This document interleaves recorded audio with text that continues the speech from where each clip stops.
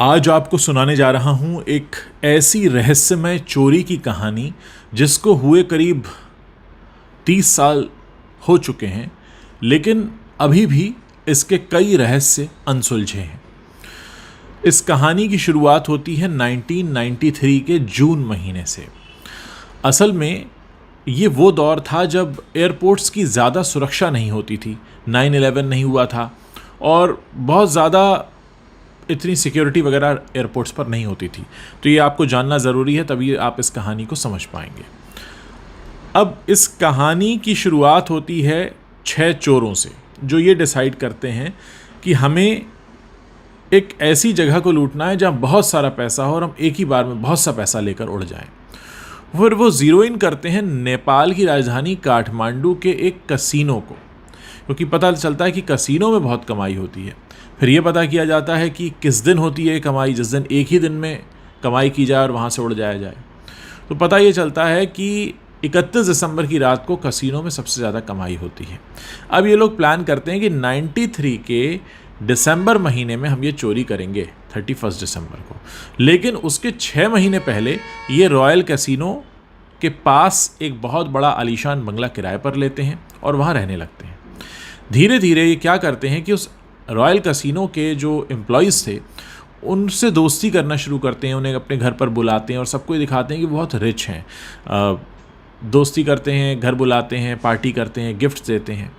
और अगर कोई उन्हें कसीनो में बुलाता है तो कहते हैं नहीं हमें इसमें इंटरेस्ट नहीं है, कसीनो वगैरह में। तो ऐसा दिखाते हैं कि उन्हें कसीनो में तो कोई इंटरेस्ट नहीं है, वो काफ़ी रिच हैं और वो बहुत पार्टी करते हैं, लोगों से मिलते हैं। और धीरे धीरे करके उनकी जो प्लानिंग चल रही थी वो ये था कि इस कसीनो के हर एम्प्लॉय को अपना दोस्त बना लो, इतना पक्का दोस्त कि वो आपके लिए कुछ भी करे।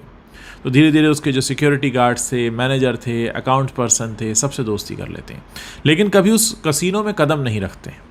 इनफैक्ट वो जिसको भी पार्टी करने के लिए बुलाते थे उससे एक बात ज़रूर कहते थे कि हम लोग पार्टी कर रहे हैं, मिल रहे हैं, ये ज़्यादा किसी को बोलना मत, हम काफ़ी रिच हैं, पैसा काफ़ी है, अनजानी जगह है, हम यहाँ पर नए हैं नेपाल में और हम नहीं चाहते कि ज़्यादा लोगों को ये बात पता चले कि हमारे पास बहुत पैसा है, क्योंकि हमारे लिए भी खतरा हो सकता है। ये करते करते जो है करीब 5 महीने बीत जाते हैं, नवंबर का महीना आ जाता है। फिर एक दिन ये सोचते हैं कि भाई अभी हम कसीनो के हर एम्प्लॉय को हमने अपना दोस्त तो बना लिया है, लेकिन हम कसीनो के बारे में कुछ भी नहीं जानते हैं। तो एक दिन बड़ा कैजुअली जाते हैं ऐसे ही कसीनो में, जाके खेलते हैं, 1-2 लाख रुपए जीतते हैं, 1-2 लाख रुपए हारते हैं। तो जो रुपए जीतते हैं वो भी वहीं एम्प्लॉयज़ में बांट आते हैं। एम्प्लॉयज़ के ऊपर बड़ा अच्छा असर पड़ता है, हर कोई जान रहा था यहाँ भाई मैंने भी पार्टी की इनके साथ, ही मुझे भी गिफ्ट देते हैं, मेरे साथ भी पार्टी करते हैं। तो एक बहुत अच्छी इमेज उनकी सबकी बन जाती है।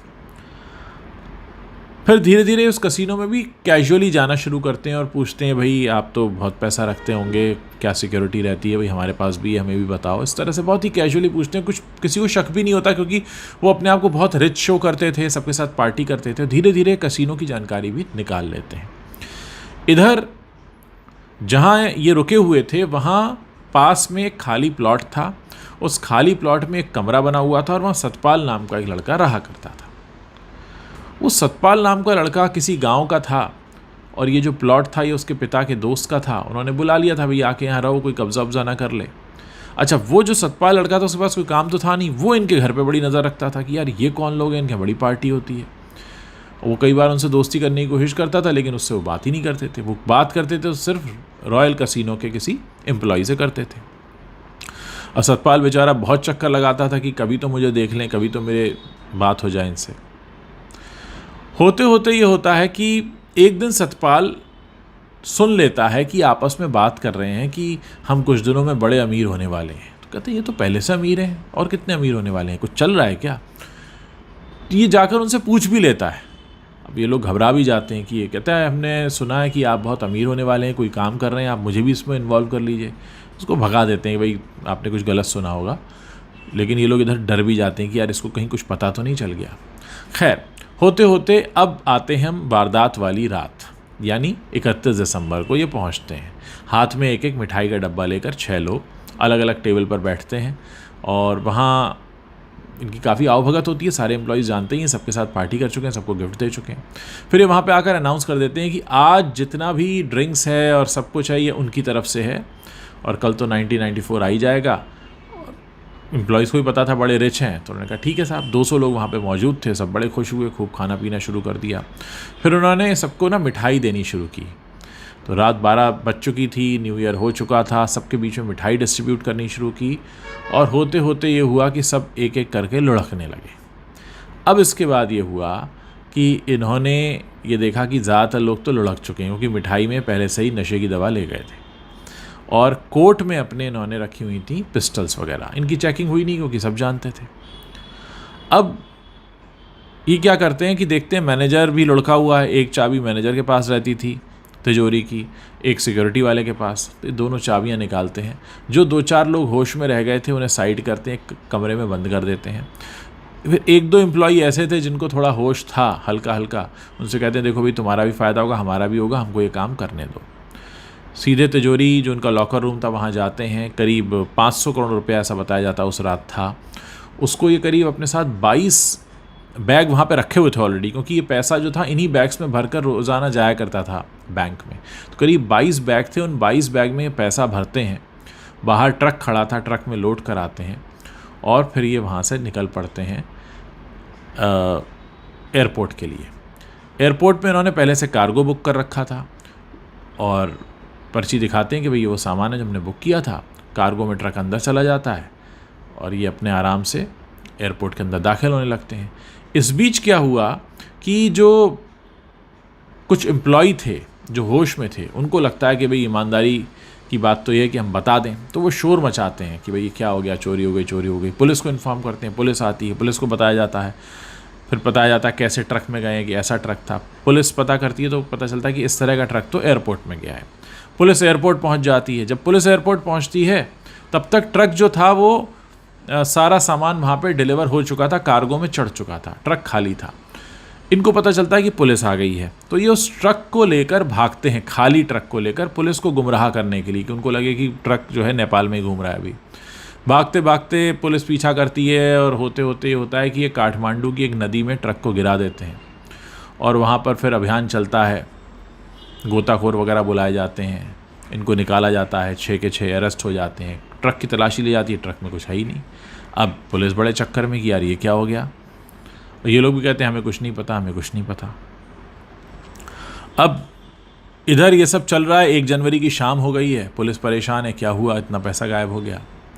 उधर ये जो सतपाल नाम का लड़का था वो असल में उस दिन इनका पीछा कर रहा था, और उसने सारी चीज़ें होती हुई देखी थी। इन्हें कसीनों में घुसते देखा था, कसीनों से माल भरते देखा था, सारी चीज़ें वो जानता था कि कुछ तो गड़बड़ चल रहा है। अब इसको सारी बातें पता थी, लेकिन ये चुप। अब बताए किसको, क्या बताए, पूरी बात भी नहीं पता, ये पता कुछ तो हो रहा है। अब ये अपने घर के बाहर बैठने लगता है, उसे लग रहा था कि यहाँ कुछ होगा। अब कुछ दिनों बाद, 3 दिन बाद, वहाँ पर एक पर्ची आती है, एक डाकिये के थ्रू, एक्नॉलेजमेंट कोरियर का।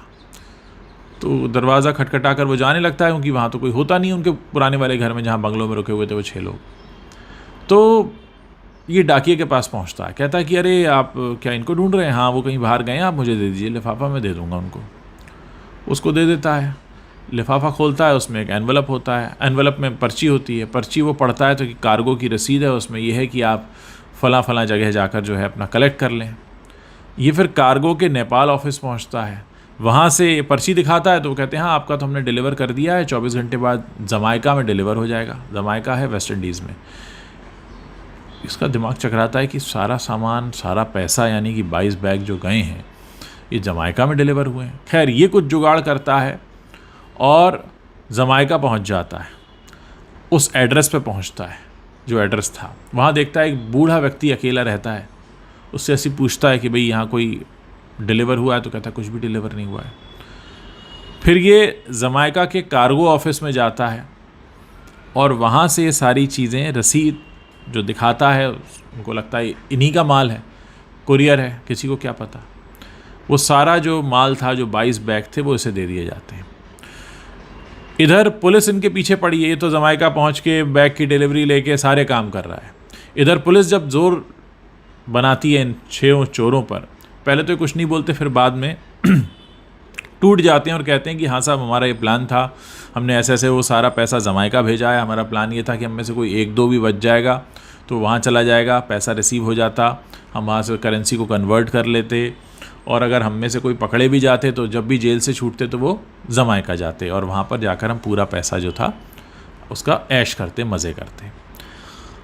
अब पुलिस जब जमाइका की तरफ बढ़ती है और वहाँ पता कराती है तो पता चलता है कि वहाँ तो कुछ जो भी होना था वो हो चुका, और अब तो उस कुरियर कंपनी को भी नहीं पता कि कहाँ गया वो 22 बैग, क्योंकि उन्होंने कहा किसी ने हमसे रिसीव कर लिए। अब वो किसने रिसीव किए, जाहिर है वो सतपाल था। सतपाल कहाँ हैं, वो 22 बैग कहाँ हैं। 93 से अब तक इसका कुछ पता नहीं चला है। उन 6 चोरों की भी ज़िंदगी जो थी वो बहुत सारे साल जो उनके सलाखों के पीछे कटे, जेल से बाहर आए, लेकिन कुछ पता नहीं कि अब वो जाएँ कहाँ, क्योंकि कहाँ गया वह पैसा कोई नहीं जानता। और ऐसा कहते हैं कि उस सतपाल नाम का जो व्यक्ति है वो भी गायब है तब से, और आज तक कुछ नहीं पता चला कि इतना सारा पैसा लेकर वो कौन से देश से कहाँ भाग गया, कैसे उसने वीज़ा बनाया, कैसे करेंसी कन्वर्ट की, कहाँ रहने लगा, क्या पहचान बदल ली, कुछ नहीं पता। इसके बारे में कोई कुछ जानता ही नहीं है। यानी नेपाल के उस रॉयल कैसीनो से 31 दिसंबर 1993 की रात जो चोरी हुई, जो 22 बैग में भरकर 500 करोड़ रुपया जमाइका गया, उस रुपए का क्या हुआ कोई नहीं जानता। उसमें कई सारी अलग अलग करेंसीज़ भी थी। मैं इंडियन करेंसी में आपको उसकी वैल्यू बता रहा हूँ, उस वक्त 500 करोड़ रुपए की थी। तो ये जो कहानी है ये अपने आप में अनसुलझी है कि कैसे चोरों के पड़ोस में रहने वाला एक व्यक्ति उनका पीछा करते करते उनके चोरी के माल को हड़प कर लेता है। चोर ठन गोपाल रह जाते हैं खाली हाथ, पकड़े भी जाते हैं, कुछ मिलता नहीं है, और ये वहाँ जमाइका जाकर रिसीव भी कर लेता, उसके बाद गायब भी हो जाता, और किसी को पता ही नहीं चलता इतने साल बीत जाने के बाद भी कि वो कहाँ है और कैसे वो सारे पैसे को लेकर उड़ गया। तो दोस्तों ये छोटी सी कहानी थी, लेकिन ये आज तक अनसुलझी है।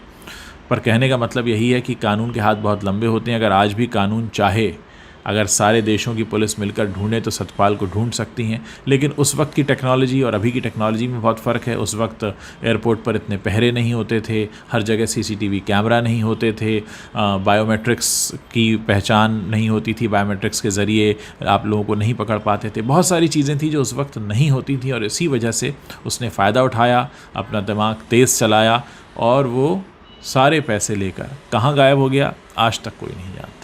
अगर आगे भी आप इस तरह की कहानियाँ सुनना चाहते हैं तो आप इस चैनल को सब्सक्राइब कर सकते हैं। मुझे इंतज़ार रहेगा आप सभी लोगों के कमेंट्स पढ़ने का। इस कहानी सुनाने का जो मेरा मकसद था वो यही था कि अपराध न करें, न अपने आसपास अपराध होने दें, जागरूक रहें। कानून के हाथ बहुत लंबे होते हैं, आज नहीं तो कल आप पकड़ में आ ही जाएंगे। इसलिए कोशिश ये कीजिए कि जो भी कानून है उसका पालन कीजिए, सच्चाई के रास्ते पर चलिए, लालच मत कीजिए।